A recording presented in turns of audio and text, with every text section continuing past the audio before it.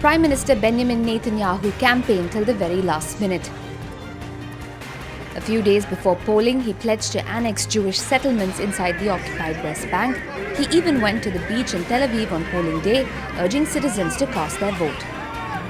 אני כאן בחוף הים, יש פה הרבה מאוד אנשים, באו לים, אבל אם הם יישארו בים ולא ילכו להצביע, הם יקומו מחר עם יאיר לפיד בראש ממשלת שמאל. ואם אתם רוצים להמשיך עם הליכוד ואיתי, אז צריך ללכת להצביע. תלכו אחר כך לים. עכשיו לכל אלה שנשארים בבית, לכל אלה שבים, אני אומר לכם, תלכו לקלפי ותצביעו מחר. Netanyahu felt the heat. He had admitted several times that his coalition's victory was not to be taken for granted. During the counting night, results were so poised that both rival candidates announced victory. But in the end, after a neck-and-neck race, the right-wing coalition led by Netanyahu secured the majority of seats. Bibi looks set to become the longest-serving Prime Minister of Israel. Many voters decided at the last minute whom to vote for. Experience and a wide international network seem to have worked in Netanyahu's favor. The former army chief Benny Gantz and his blue and white party put up a good fight though and could prove to be a tough opposition. We are not only going to the opposition, we are going to the Knesset to start the next round. I'm declaring from here to the Likud, to Netanyahu, to the coalition, we will make your life hell. The significant number of seats they secured only goes to show that many in Israel were willing to see new faces in the Knesset. But it wasn't enough, and Israel will keep riding on a decade-long right-wing wave. It's now time for Netanyahu to consolidate his coalition and see what the religious parties demand in return for their political loyalty. Netanyahu stands accused of having taken gifts worth more than $250,000 from business leaders and dispensing favors in return for positive media coverage. He could face up to 10 years in jail.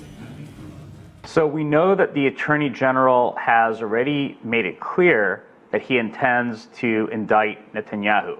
Now, there will be a hearing. Netanyahu will be able to defend himself, but based on every report out there, the Attorney General is most likely going to issue an indictment. And the question is whether or not Netanyahu will then be forced to resign or whether he can continue to remain Prime Minister. And one of the suggestions that has been raised by Netanyahu allies is to implement what's called the French law, which would grant him immunity, and that might be a demand made of the coalition partners who end up joining his government.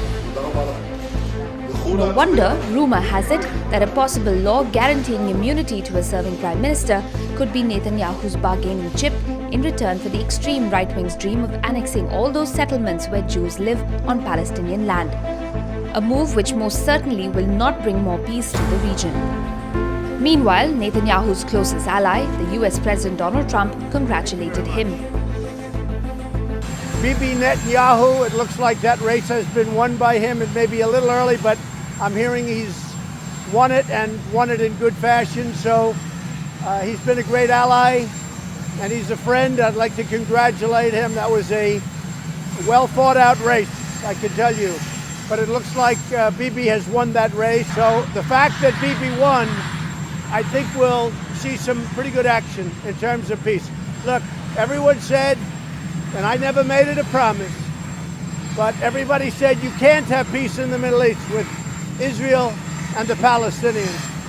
I think we have a chance, and I think we have now a better chance with Bibi having won.